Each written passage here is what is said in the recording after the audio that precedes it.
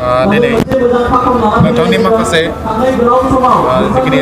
हारिमु आफादाव दंमोन नोंथांजों लोगोसे माने दिनै दाब्लाम दा बिथांमोना दिनै माने नोंथांनि बेरेखायै माखासे अजदफोरखौ दैखांदों बे बेलायाव एसे स्पष्ट खालाम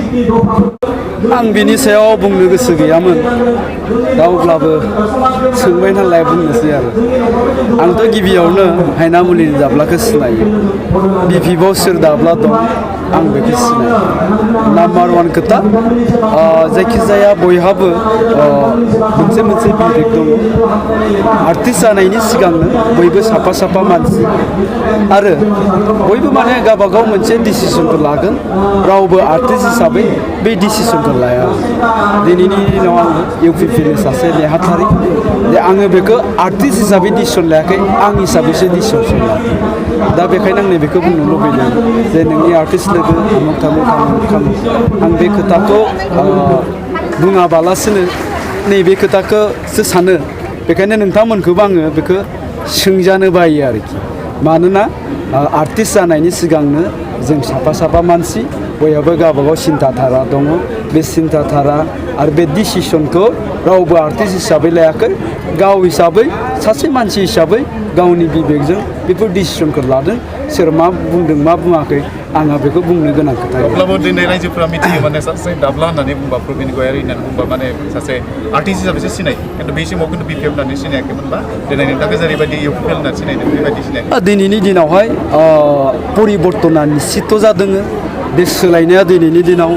100% जानानै दङ गासै रायजो राजाफ्रा दिनै इउपिपिएल दोलोखौ सोलायहोथारनांगौनि सार्थआव दिनै इउपिपिएल दोलोनो भट होनो थाखाय थियारि जानानै दङ नाम्बार 1 खोथाया जाहैबाय मा सोरबा प्रबिन गयारि सोरबा दाब्ला सोरबा फैलाव बा नैबे फैलायाबो मोनसे समाव बिपिएफनि सासे मरेल सापर्टार दा आं बेखायनो बुंनाया दिनैनि दिनावहाय बयबो गावबागाव डिसिसनखौ लादों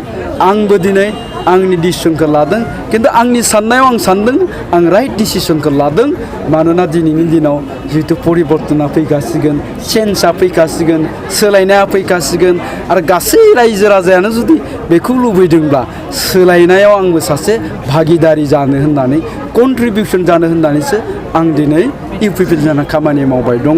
दा बिथांमोना दिनै जिहेतु आं बुंबाय बिथांमोना सिगाङावनो जिहेतु बिपिएफ नङा होमबा दा बिथांमोना गाव हिसाबै गावसा मोनसे बिबेक दं हिसाबै बिथांमोना सिन्था खालामदों डिसिसनखौ लादों खिन्थु आंनि डिसिसना आङो बबेबा कक्लाबारि समस्थियावल' थानानै डिसिसनखौ लायाखै बिटिसिआव जेसेबांखिनि समस्थिफोर दङ बिटिसिआव जेसेबांखिनि रायजो राजाफोर दङ दा बिथांमोननि सिन्था धाराखौ आं सिन्था खालामदों साननानै नायदों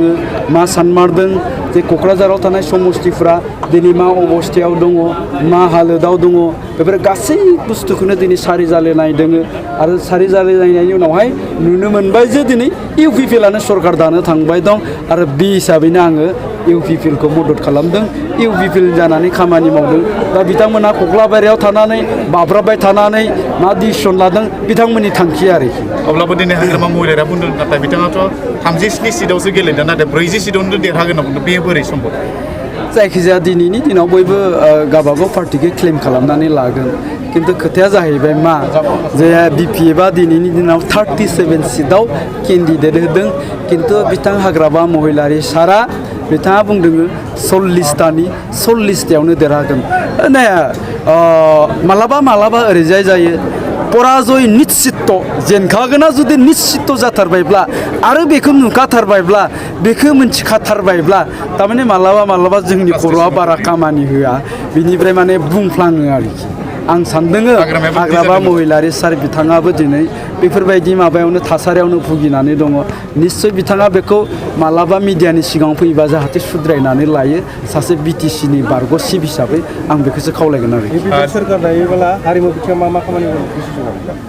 इउपिपिएलआ सरखार दायोब्ला हारिमु बिथिङाव मा मावगोन दा बिनिखौ बुंनायनि सिगांनो आं मोनसे खोथाखौ बुंगोन बे 17 बोसोराव बिपिएफआ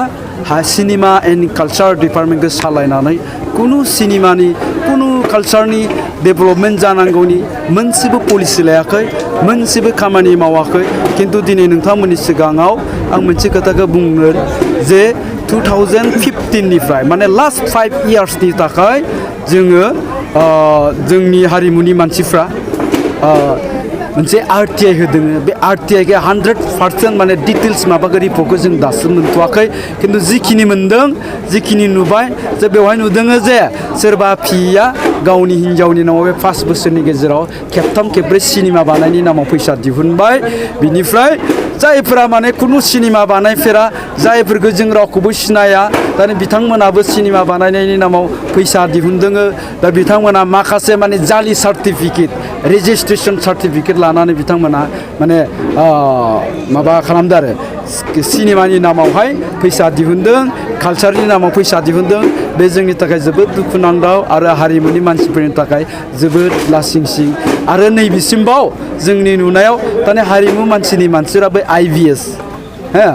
10,000 15,000 20,000 बिदिबो दं आरोखि होनाय दा बेफोराव रावबो आर्टिस्ट मानसिया मोनाखै दानि 100 जनाव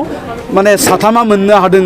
थिग बेबायदि आरो जों रावखौबो सिनाया सोर बै मानसिफ्रा जे 10,000खौबो लादों 15,000खौबो लादों 3 लाखबो लादों 4 लाखबो लादों बे जोंनि थाखाय जोबोद दा जों बेखौनो बुंनो नागिरदों आरो बनजार दैमारिया जिहेतु बिथाङाबो सासे माने EM बे कालचार डिपार्टमेन्टनि दा बे बेलायाव बिथाङाबो दिनै माने खोब माने सावगारि माबा माबि बनायबाय थादों दा बिथांनि माखासे माबानि थाखायनो बियो जादों नामा आंथ' दाबो बिनि माबाखौ नुफेराखै भिडिअ नुफेराखै खिन्थु ओरैनो ससियेल मिडियायावसो माबा मोसाहां माबाहां सोरबा एक्ट्रेसफोरजों थाफानाय बेबायदि फट'खौ नुदों आरोखि जा बेबायदि बानायनायाथ' गाज्रि नङा मोजांसो आरोखि ना होमबा जोंनि माने हारिमुआव मोनसे कन्ट्रिबिउसन होनाय जादों दा खोथाया नैबेखौसो बुंनो नागिरदों आरोखि दा बे जिखिनि जों नोंथां माबा फैसा फैबाय हारिमु डिपार्टमेन्टआव जिखिनि बाजेट खालामबाय बेफोर प्रपार इउटिलाइज जानो नांगौ होननानै जों सिन्था खालामदों दा नहाय नोंथाङा सोंनाया जे UPPL आव फैयोबा हारिमुनि मा मावगोन होननाया जे जोङो प्रपार इउटिलाइज खालामगोन नङा होमबा जाय माने जिखिनि जोङो हारिमु डिपार्टमेन्टनि नामाव जिखिनि बाजेट खालामबाय बेफोरखौ प्रपार इउटिलाइज खालामनानै जोङो जोंनि आर्टिस्टफोरनि सुंथाइनायनि राहा लामा जे जोंनि हारिमु नट अनलि बड' BTC आव थानाय बिभिन्न जाथि जनगोष्ठीफोरनि जेबेला माने हारिमु कालचार बे कालचारखौ जाहाथे जों बयबो हमथानानै लाखिनो हायो गोजौआव लांनो हायो बेफोरनि थाखायनो जोङो खामानि मावनो थाखाय थियारि